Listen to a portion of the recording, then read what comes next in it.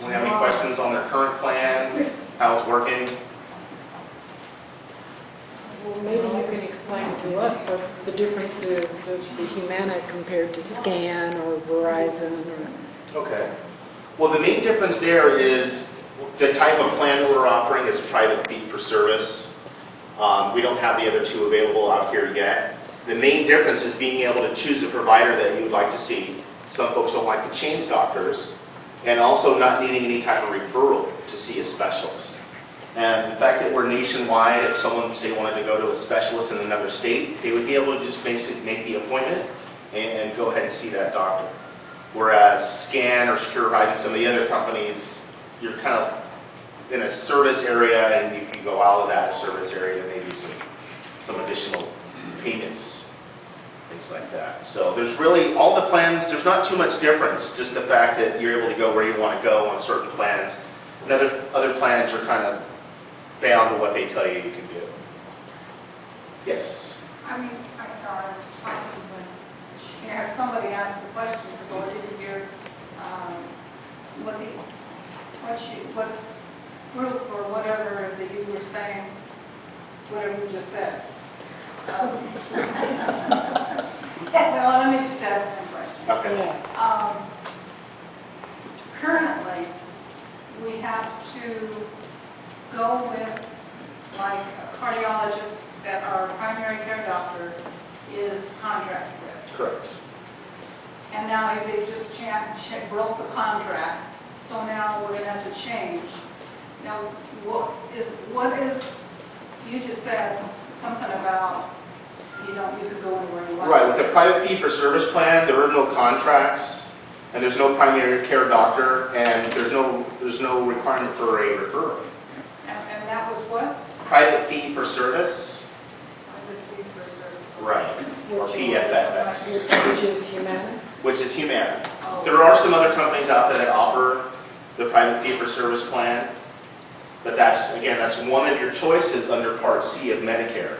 HMO, PPO, private fee-for-service. And you have the drug part also? Yes. With that, the drug plan is included in the plan.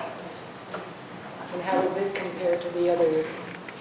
Well, with Humana's Part D plan, we actually cover 100% of the medications that are approved by Medicare. And we also have an open formulary. A formulary is basically a list of approved medications. We have an open formulary, so a lot of the new medications that are being prescribed, we automatically cover. And we haven't removed anything from our formulary, whereas other companies have taken off some pretty expensive medications. And if your company doesn't cover it, what happens is you end up paying for that full price out of your own pocket. So, I mean, if you're shopping around, that's definitely something you want to take a look at. Is the company going to cover your medications? I think my plan says that for prescriptions, the $2,500, you pay it first. When you go to the next step, you pay everything. Right. If you go up to the $2,510, that's correct. You pay 100% of that medication. A lot of my clients are actually in that area right about now, unfortunately. And that's a Medicare rule. That's something that Medicare has put in force. Every company that offers Part D has to abide by that rule. Oh, okay. There are some companies that offer coverage through the gap. We actually have a plan that offers coverage for generics only through that gap, but unfortunately, that's, I think, not a good thing with Part D. No, it's not good at all. I don't like it. Humana's nationwide, you said. Correct. Does that mean, like, for instance, we just had someone who moved out of the park just recently. If you're a member of Humana and you move someplace out of state, can you take your coverage with you? Yes, ma'am. Okay. Yes, ma'am. And that's the enforcement. Well, I wouldn't say it's enforcement. A lot of folks don't, like, get to where they're at and they stay. But if they want to go travel back east to visit family, with Humana, basically everything is exactly the same as if you were here in California. They're actually a lot larger and more well-known out back east than they are in California.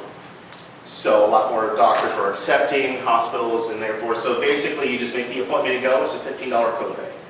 Whereas if you're with an HMO, there may be some stipulations. You may have to call or do some extra work there. Whereas this plan, you just basically go to the doctor and show your card. Any other questions? Okay.